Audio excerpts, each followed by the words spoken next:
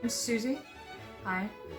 We're gonna discuss how to make a basic 3-layer, 2 layers of cotton, 1 layer of flannel mask, since they are now going to be requiring people or recommending people to wear these. I'm going to give you the basic instructions on how to do this. This also has a nose piece inside, so you can shape it to the face. To do this, you need a 9 by 12 inch piece of 100% cotton. If it's not 100% cotton, then it's not helping. There's a really good article released by the CDC for mask recommendations. It says not to use any kind of cotton blend that allows more breathable material, and what you're trying to do is not have breathable material.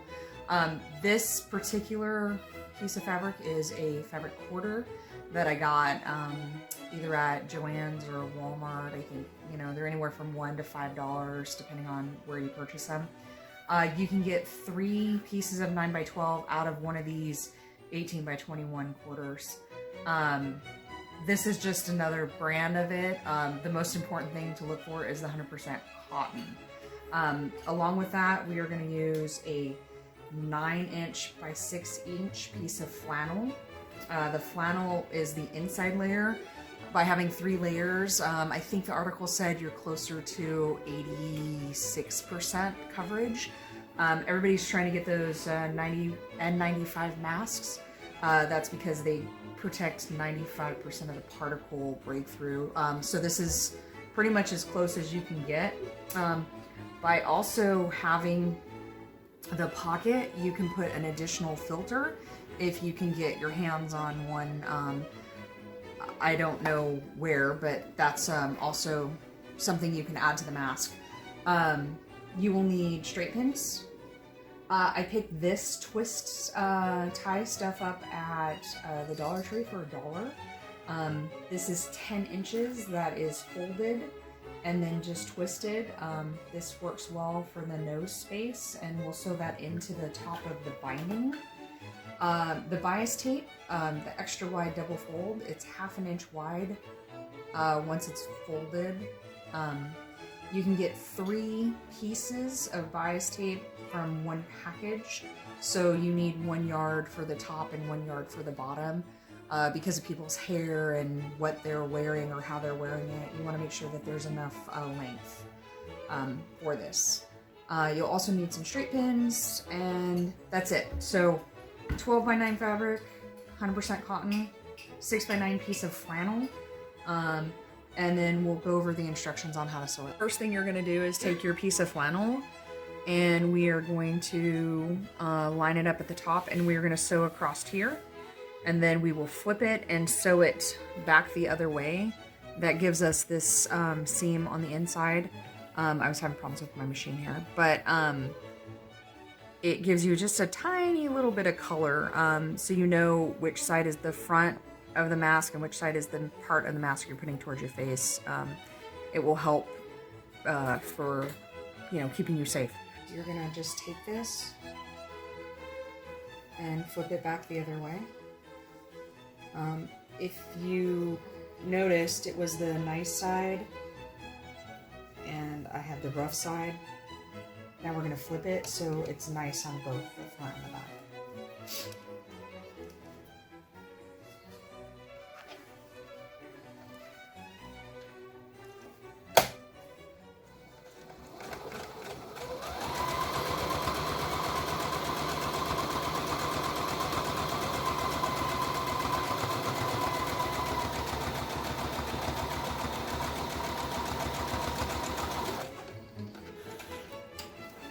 Okay, after you do that, what you're going to do is you're going to fold your pretty side in. Make sure you're going to leave yourself probably about 1/4 inch at the top. That's for the top part of the bias to go on. And we're just going to put this in place so it's all flat. It'll make sense in a minute. So we're going to do the right side, and then we're just going to go straight to the left side.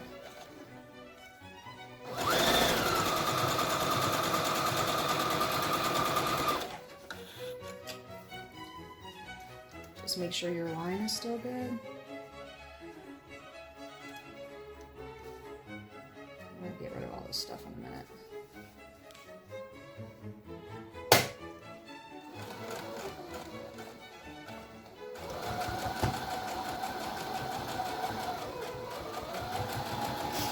The funnel likes to roll off, so you just kind of have to hold it in place.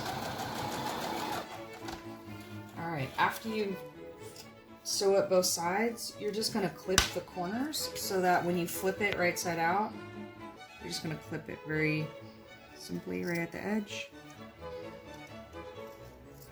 It's also a good time to get rid of all your string.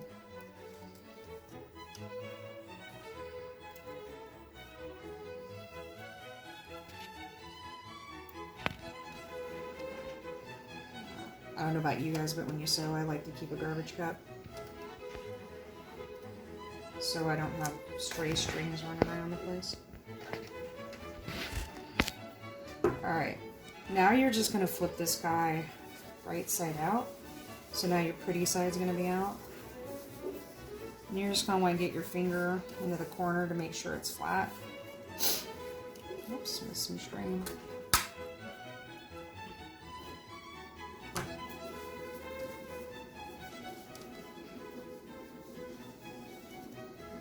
Alright, so now this is the base of your mask. This is the side you would generally put to your face. Your flannel's on this side. The bias, the easiest way to do it is to fold this in half. And then fold your bias in half. And then you're going to pin it in the middle. And then you're just going to sew the bias from one end all the way to the other. And then you're going to do the same thing on the bottom.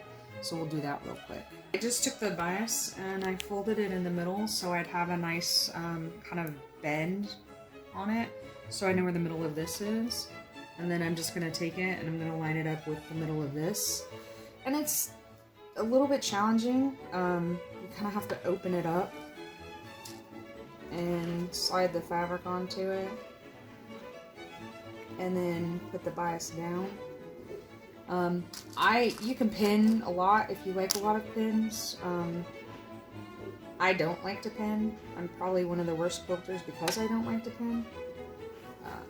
But, you know, whatever works for you.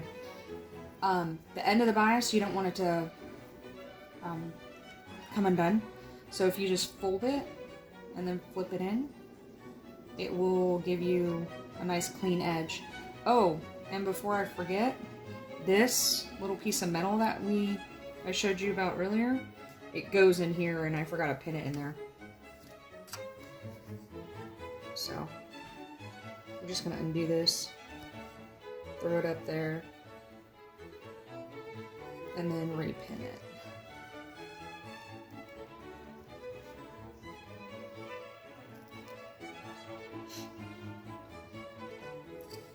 Alright, so did you guys catch that? The metal is just up in the middle there.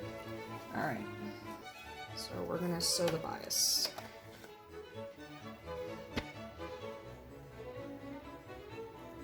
There's probably a better way to do this, but this is the way I do it, so.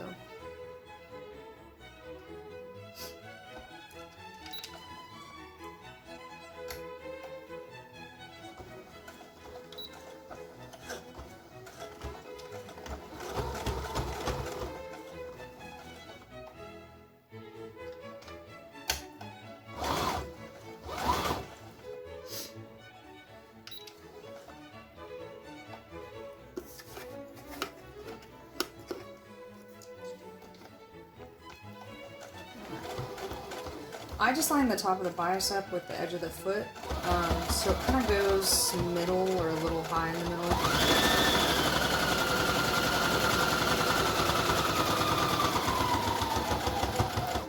Again, there's probably 1,000 ways better to do this. This is just the way I know. As it gets stronger, it's easier to get this lined up. When it's kind of loose, it's harder to get it to fall into place.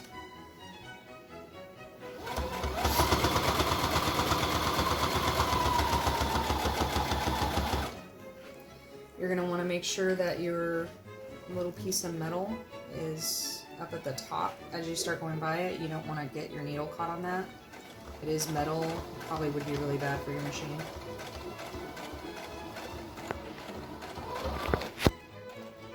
I just pull my pin as I go so I don't hurt myself. And I keep the bottom lined up and just roll through it.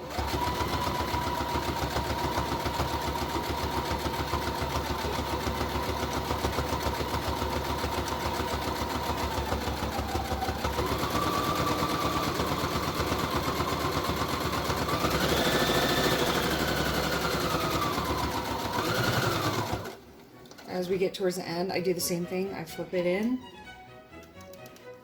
fold it back, and that gives you your cleaner edge.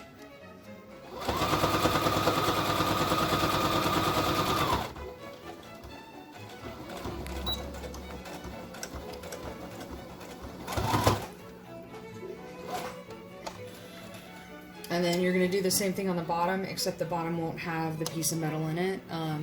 The metal is now like right here. It'll be your nose guard or your nose holder. That way it can shape to each person's face individually. I wasn't too worried about my corners being perfect because it's going to go under the bias. You can see there's my middle fold from when I folded it earlier. And I'm going to open the bias up. I also have the middle fold on the bias. And then I'm going to pin it just like I did the top part,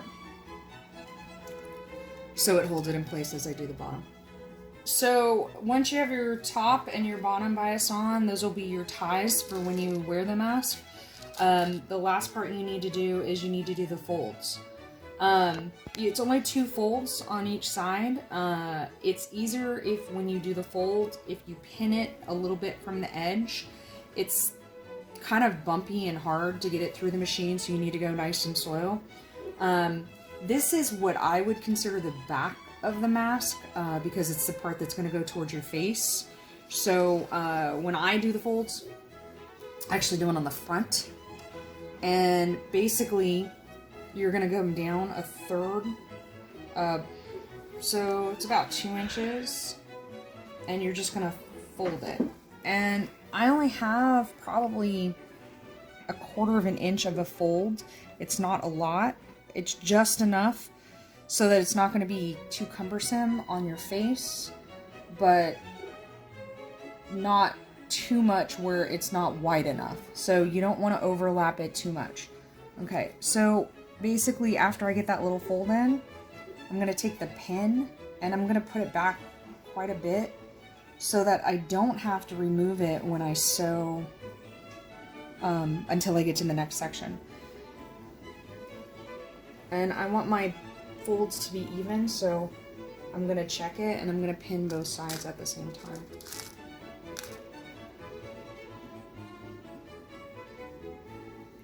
And then the next one, you're not going to go quite as far. It's going to be a little bit smaller, and then you're going to fold it again. And it's almost like your bumps run into each other. You can see that. And then we're going to pin it.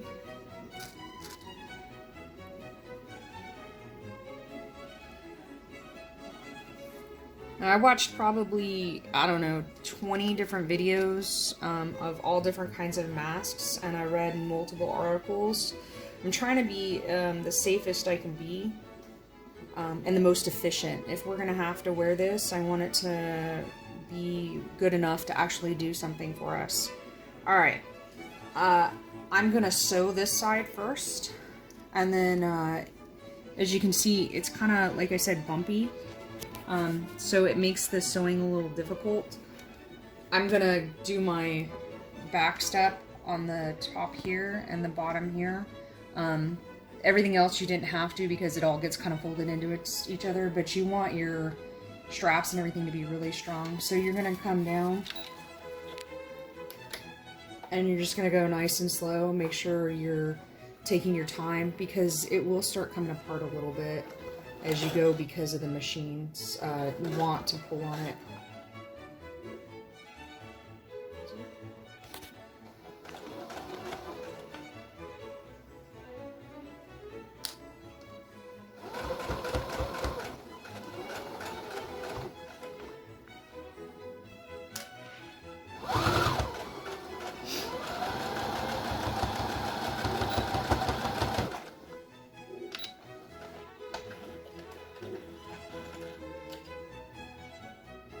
Okay, so now I'm just gonna sew the other side, and then we'll have a completed mask. I'll show you in just a sec. After you finish sewing, you're just gonna want to go around and pick up all your loose strings. There should be, you know, some everywhere.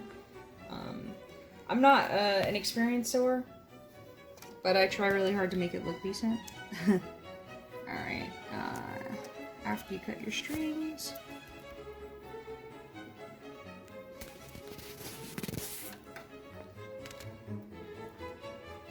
alright, there we go. Completed mask, which expands in the middle. And you have your extra filter pocket in the back. Alright, if you guys have any questions, hit me up. Like I said, I'm an amateur. I'm just doing my best to do my part.